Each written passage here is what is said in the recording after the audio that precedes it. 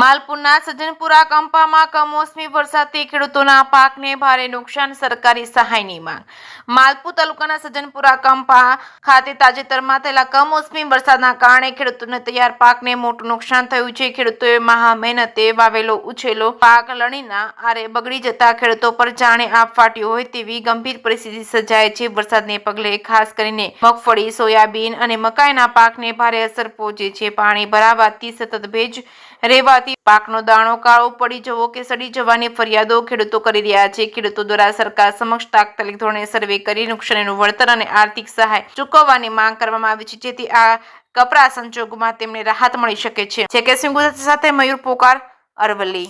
મારું નામ છે ઉમેશભાઈ પટેલ, સજ્જનપુરા કંપા। કમોસમી વરસાદ પડવાથી અમારી મહેનત પર પાણી ફરી ગઈ છે।